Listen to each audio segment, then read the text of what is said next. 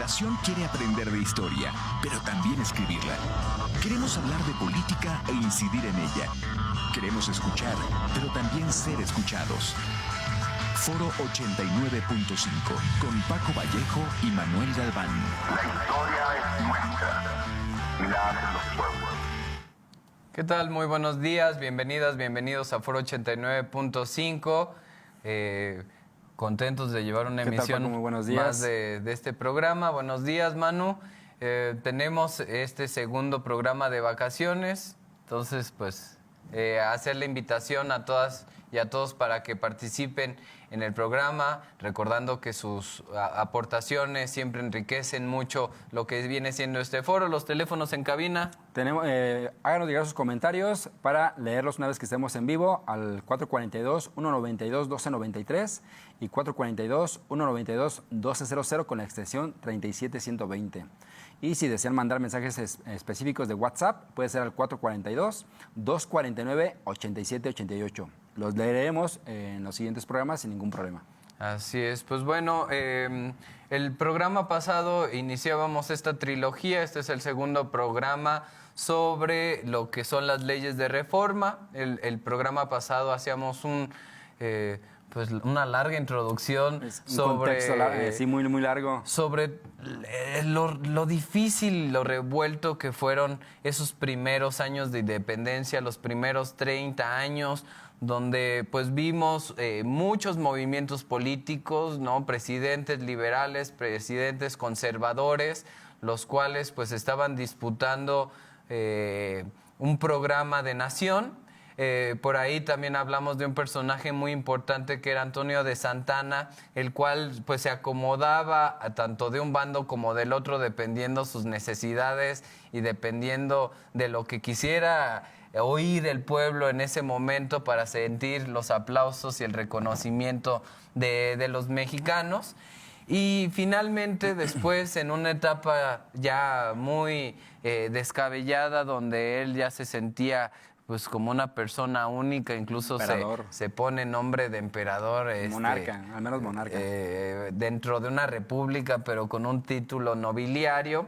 Se organizan los liberales, ¿no? Encabezados por Juan Álvarez, el cual, exgobernador de Guerrero, el cual pues va a ir encabezando este movimiento y con el plan de Ayutla van a desconocer precisamente al gobierno de Santana y se van a agregar también bastantes exiliados liberales, los cuales habían huido del país precisamente por los gobiernos de Santana, y juntos van a hacer que se exilie por última vez Santana. De hecho, después de esto ya podemos dejarlo fuera de la historia de nuestro país, y empieza una nueva etapa completamente en 1855. Sí, nada más para cerrar con Santana, ya en el gobierno de Lerdo de Tejada, una vez que está en el extranjero y que finalmente se le reconoce que tuvo una participación militar y se le acepta que regrese al país, donde tristemente muere en la Ciudad de México, ciego y con poco dinero y casi solo. Entonces, termina regresando a su tierra, pero no reconocido como un personaje trascendental que merezca estar en la rotonda de los ilustres o de los defensores de la construcción de esta nación, ¿no? Así es. Pues bueno, Manu, ¿quién surge? ¿Cuáles son estos ideólogos, estos liberales, que precisamente le van a dar otro vuelo, otra estructura completamente a esta nación nueva, a México, ¿no? Ya a través del plan de Ayutla, como comentábamos, en 1854 se saca por fin a Santana, se instaura Juan N. Álvarez como el presidente interino. Correcto. Y la intención es que Juan Álvarez haga la invitación a convocar para el Congreso Extraordinario Constituyentes y redactar una nueva constitución, ya dejando estos intentos conservadores del 33 y del 36, y darle un carácter pues representativo y popular. Sí, todavía en aquel entonces vale la pena mencionar cómo se elegía al presidente. Una vez colocado el Congreso Federal, estos diputados son los que terminaban eligiendo quién iba a ser el presidente. Todavía no podemos hablar de ese entonces de elecciones universales. Técnicamente las primeras intentos de elecciones universales o más abiertas a la ciudadanía fue hasta el tiempo de Madero, y eso ya lo platicamos en otro momento. Pero específicamente después del plan de Ayutla como tal, que terminan exiliando a Santana, Juan Álvarez toma el poder como presidente interino y convoca elecciones. Y en esas elecciones termina siendo electo Ignacio Comonfort, otro general importante que ha participado también en las diferentes defensas de la nación, como es la misma intervención norteamericana, un general y estratega importante, originario de Puebla, y termina siendo el presidente electo. Y una vez que se coloca como presidente, coloca a un Congreso para llamar a construir y redactar un nuevo contrato social, una nueva constitución. En menos de 40 años estamos hablando de la cuarta constitución.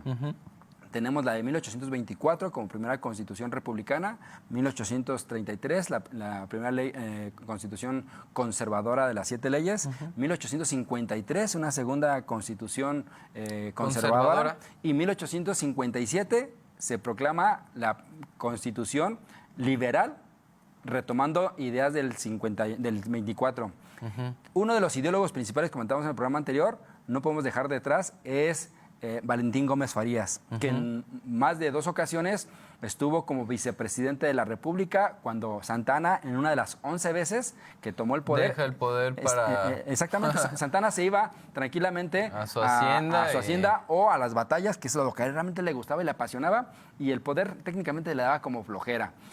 ¿Y cómo se manejaba el poder en aquel entonces? Si el presidente no estaba dentro del Distrito Federal, dejaba de ser presidente. Y el vicepresidente. Y el vicepresidente tenía que asumir el rol de... Nada que con lo que tenemos el día de hoy, ¿no? Que se van a las giras y se continúa el poder. Se continúa como si nada. Y como comentamos, aquí hay varios personajes. Por ejemplo, hablábamos de Juan Álvarez, que es quien va a...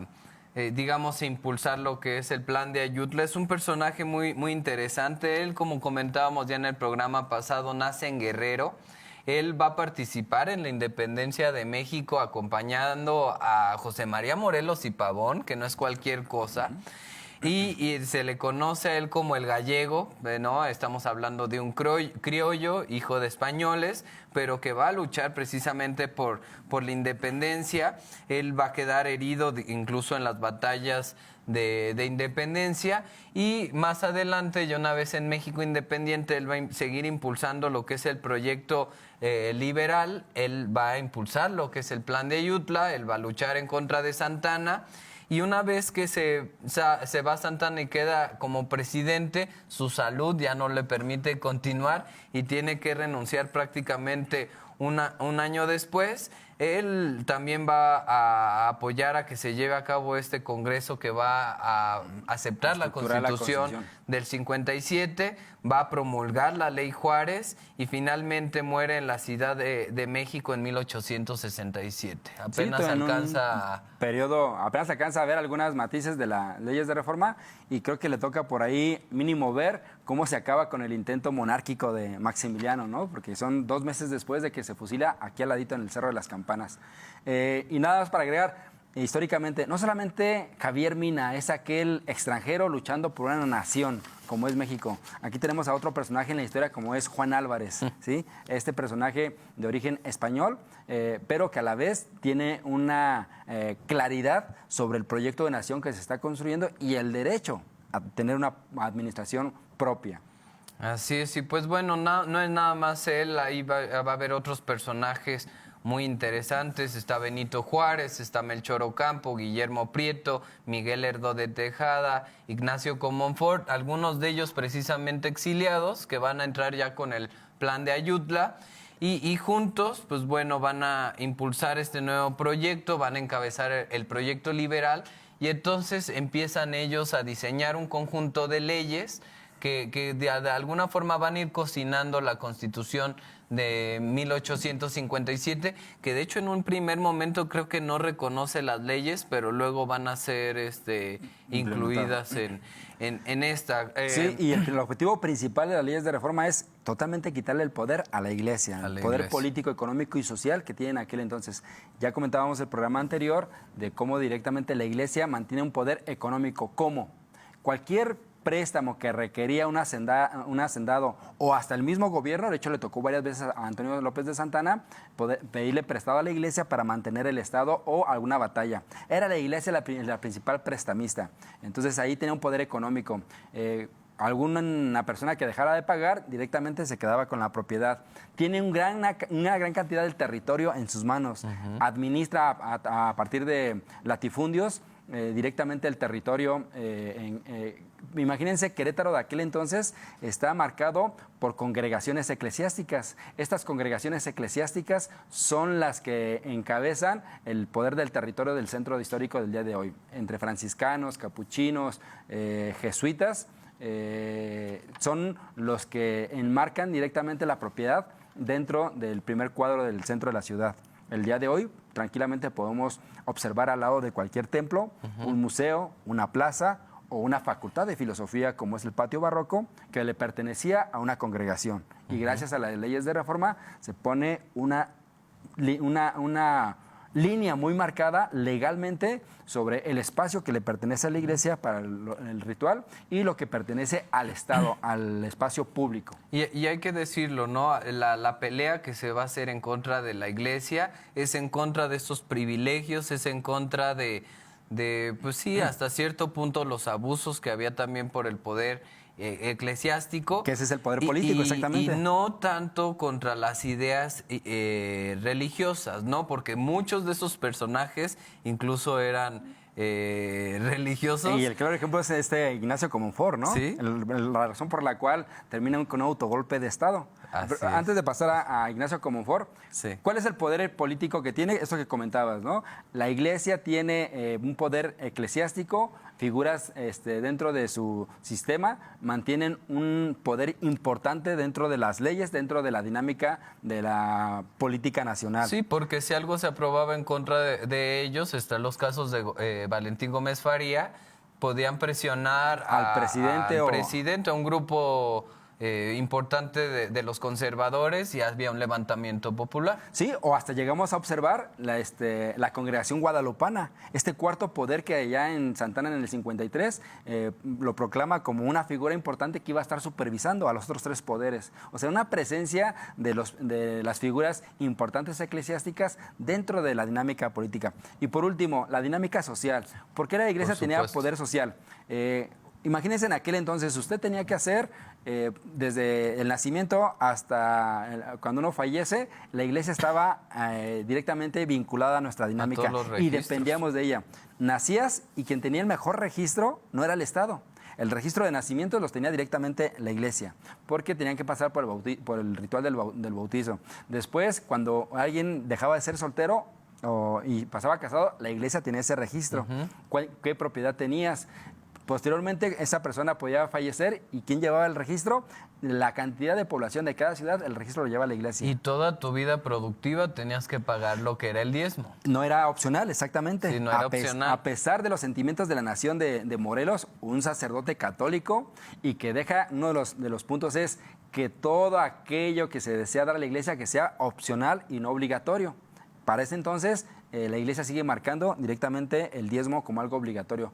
Ya se ha platicado, nada más rápidamente, le tenías que dar el 10% a la Iglesia de tus ganancias económicas durante un año. ¿Sí? Entonces eso le pertenecía directamente a la Iglesia, un impuesto presente directamente. Así es. Y ese poder social es el que mantenía la Iglesia. Entonces estamos hablando porque de que ideológicamente tenía un peso. O sea, en ese momento lo que era la palabra cielo, infierno, tenía un gran peso. Sí, totalmente. Ahí también vale la pena mencionar cuál ha sido la ausencia de un proyecto educativo de nación. La Iglesia también tiene la administración de la educación. Tú querías estudiar y tenías que ir directamente a un convento o tal vez tenías la posibilidad de alguna escuela militar. Pero dependías directamente de la Iglesia y de sus estructura, bajo su cosmovisión e ideología.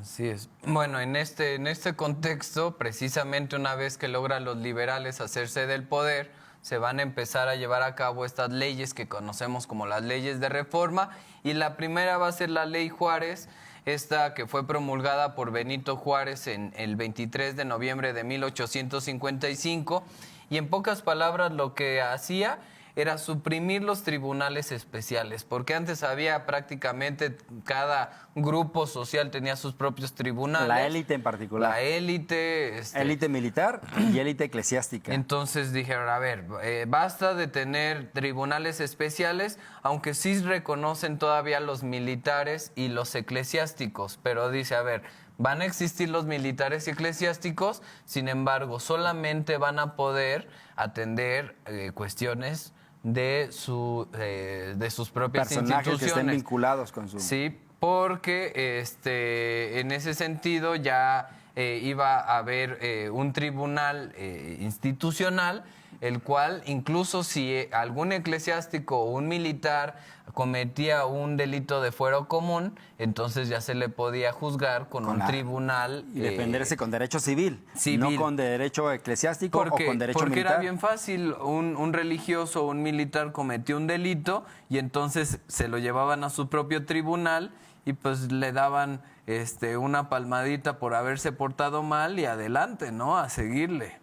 Híjole, me recuerda a algunas situaciones el día de hoy que tristemente siguen vigentes. Todavía hay una estructura ahí militar importante que hemos platicado, ¿no? Sí. Rápidamente me viene a la cabeza el caso Ayotzinapa, donde se le ha dado los militares directamente, sí los tenemos ya encarcelados, pero en la cárcel militar, ¿no? Están bajo el derecho militar estos personajes que a lo mejor hayan participado. Entonces, ahí creo que hay todavía estructuras tristemente vigentes en nuestra política. Y como bien comentas, la ley Juárez, una de las tres principales o grupo de leyes que precisamente busca quitarle fuerza política a la iglesia y a los militares, y que se empiece a discutir y colocar en la Constitución una ley civil donde todos seamos vistos iguales y juzgados bajo la misma ley. Y en ese sentido entonces se empiezan a establecer las bases para crear un Estado que sea laico, que sea moderno, que sea democrático, porque imagínate, antes no podías tocar a alguien que fuera uno de estos grupos especiales, ¿no? Por más corrupto, por más, por más que fuera... Quitar esos fueros, esas protecciones de sus esas protecciones especiales. Entonces empezamos a ver la consolidación de las instituciones gubernamentales de nuestro país, ¿no? Y el siguiente año surge una nueva ley de reforma. Sí, y eso nos viene con la ley Lerdo. En este caso, la ley del Lerdo lo que busca es directamente meterse con la tierra. ¿Qué significa la tierra y la ley Lerdo? Significa quitarle a la iglesia, literal, la gran cantidad de tierra que tiene a nivel nacional a través de sus figuras de los diferentes grupos religiosos, se me fue el nombre, órdenes religiosas. A través de cada una de las órdenes religiosas se busca que sí se le respeta a la iglesia su espacio, siempre y cuando sea el espacio que pertenece al ritual eucarístico que tienen domingo a domingo, lo que es el templo católico. Y todo el espacio adicional, que antes eran huertas, casonas, o hasta muchas veces hasta haciendas, que pasen a manos del Estado. ¿Cuál es la situación que se están encontrando los liberales? Se dan cuenta que el país no puede avanzar, no puede crecer mientras se siga bajo una figura donde solamente una institución tiene el poder de un gran porcentaje del territorio nacional. Y aparte, ¿cómo le llamaban? Eran tierras no productivas. Entonces eran realmente baldíos, que eran... tierras manos muertas. Hay un tecnicismo. Algo así, tiene un tecnicismo que ahorita no puedo recordar.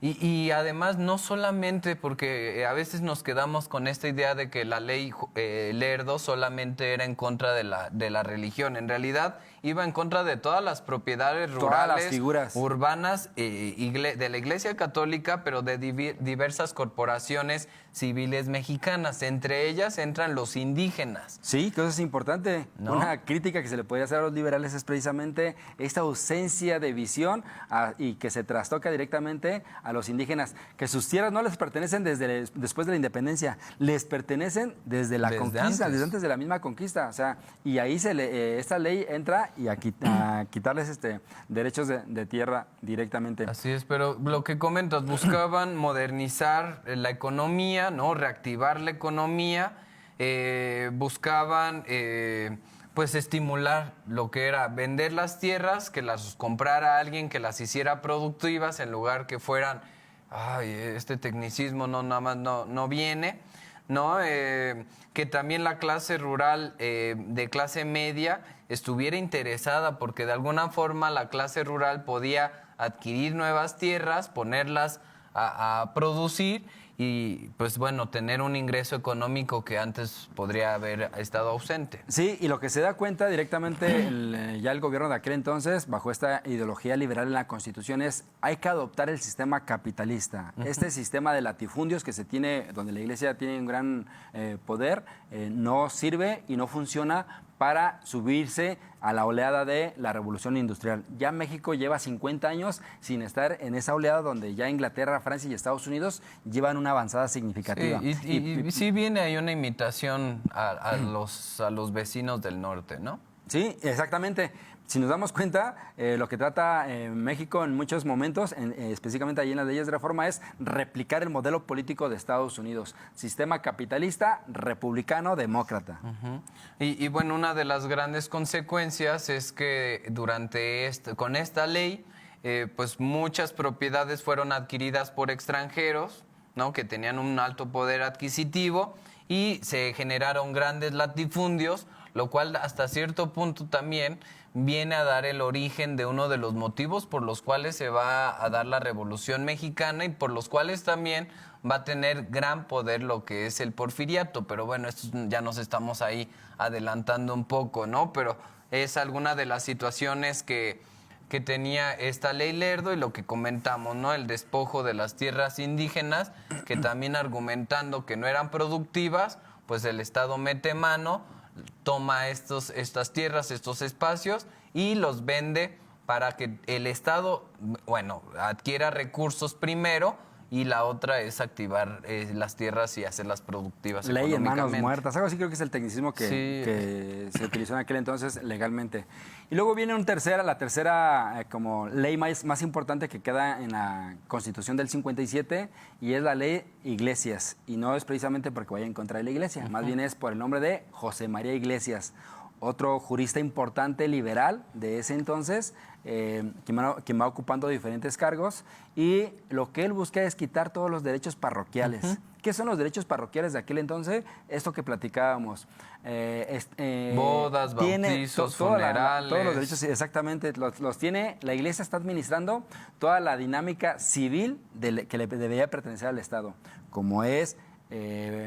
la boda puede ser un ritual en el cual alguien está de acuerdo con esa religión, se adhiere a esa religión y realiza su ritual. Pero una cosa es el ritual y otra cosa son los derechos que asumes al vivir ya en una relación con una pareja. Y es ahí donde entra el Estado y nace precisamente la figura del registro civil, algo que no existía antes. La otra, la Iglesia tenía control de los panteones municipales. Cualquier persona que tenía su difunto tenía que pagarle a la Iglesia por administrar a su difunto o por tener un lugar de un pedacito de tierra donde descansara su difunto bajo la cosmovisión católica. Lo que busca la ley Iglesias es quitarle eso y que directamente lo administre el Estado y que el Estado tenga control. El siguiente, registro de población. ¿Cuánta gente ha nacido? ¿Cuánta gente ha fallecido? ¿Y de qué? Lo administraba la Iglesia. Se le quita también eso y la Iglesia directamente empieza a administrar para tratar de tener un control poblacional. Sí, lo que podemos ver ahí es un Estado que empieza a adquirir sus responsabilidades. Es correcto. Todas aquellas obligaciones que le debían pertenecer al Estado que administra y que ve el bienestar, no la Iglesia como principal fuerza. Estas leyes de reforma son lo que nos dejan, ¿no? Aquellos derechos civiles en los cuales el Estado va a administrar de una forma laica, que creo que es el elemento, ¿no? Aplicar la ley directamente desvinculado de alguna ideología religiosa. Y todo esto se va a ver traducido, amalgamado en la Constitución de 1857, que de esto hablaremos en el siguiente programa, pero queremos agradecer como siempre su presencia, invitarlos a que nos vean y nos escuchen los jueves a las 9 y también las repeticiones por YouTube como Foro 89.5.